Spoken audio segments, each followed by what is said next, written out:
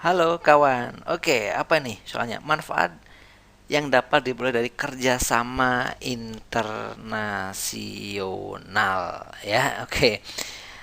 Terutama kerjasama ekonomi ya. Ini khususnya kerjasama ekonomi. Kalau kerjasama ekonomi itu apa sih? Fokusnya adalah mendapatkan keuntungan. Biasanya gitu tuh. Nah, kita analisis dari pilihannya ya.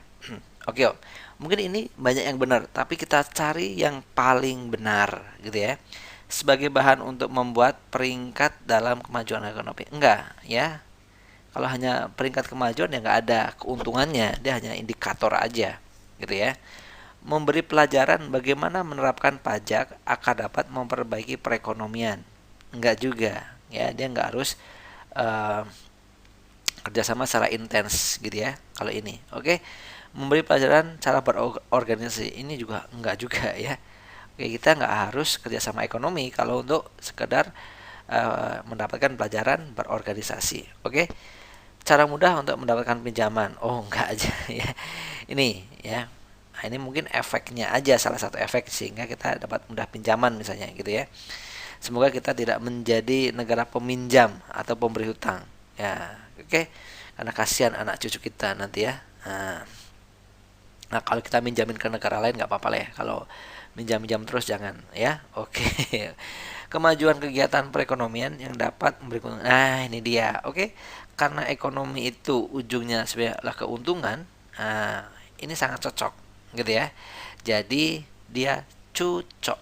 Nah, cocok rowo ya. Oke. Jadi dia ekonomi memberikan keuntungan. Oke. Sip. Ini dia jawabannya. Ngerti ya? Oke, cakep. See you. Dadah. Mantap. Sukses buat kalian.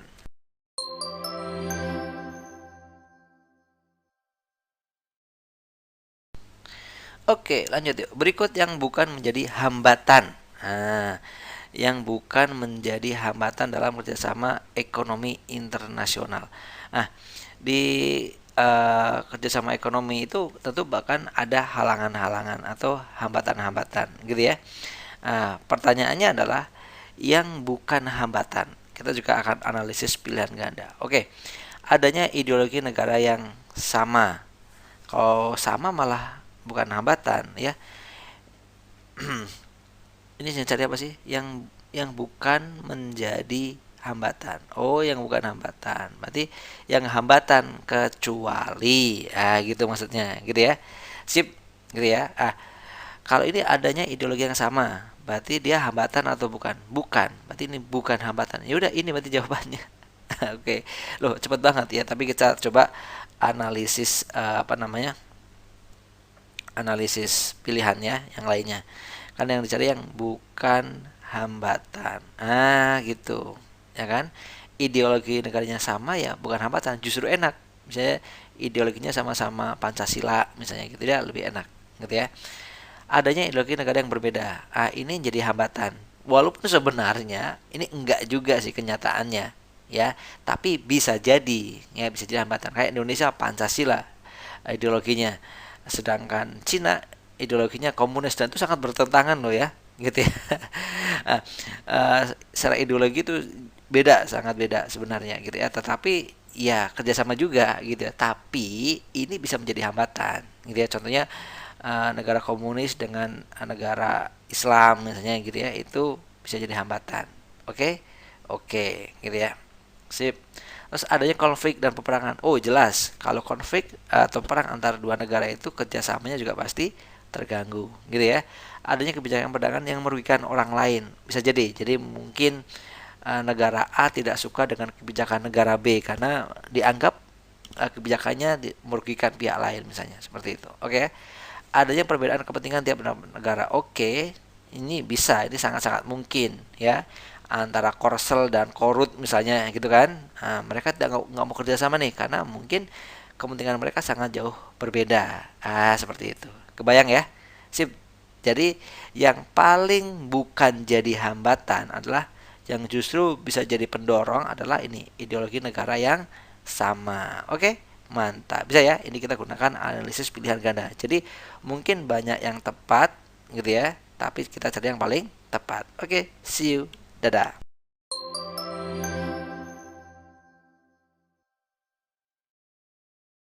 Oke, lanjut yuk. Di bawah ini yang merupakan dampak negatif. Jadi yang ditanyakan apa itu? Dampak negatifnya adanya kerjasama ekonomi antar negara. Oke, apakah ada dampak negatifnya? Oh, ada. Ya, ternyata ada. Kita cari hal-hal negatifnya dulu. Kita juga gunakan analisis pilihan. Meningkatnya perekonomian. Ini justru positif kan? Nah, kan carinya dampak negatif. Meningkatnya devisa. Ini positif juga.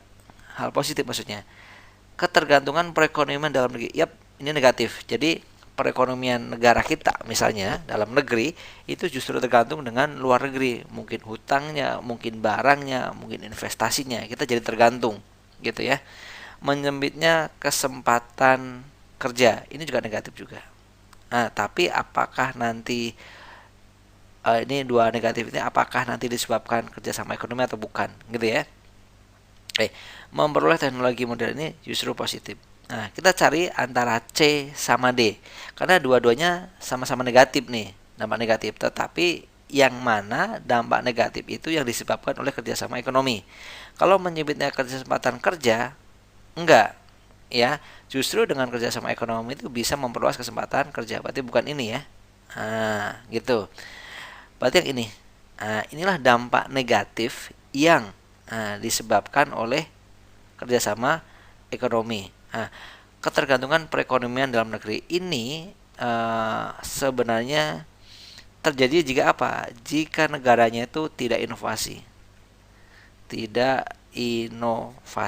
dia lemah ya negaranya ya, dia tidak mampu inovasi sehingga dia sangat tergantung dengan kerjasamanya dengan negara lain, tidak inovasi. Dan ini sebenarnya banyak terjadi di beberapa negara gitu ya, karena salah satunya perang ekonomi sekarang gitu tuh, sehingga biar negara lain itu tergantung kepada negara yang lebih kuat gitu ya secara ekonomi, sehingga terjadilah ketergantungan sebuah negara ke negara lain gitu.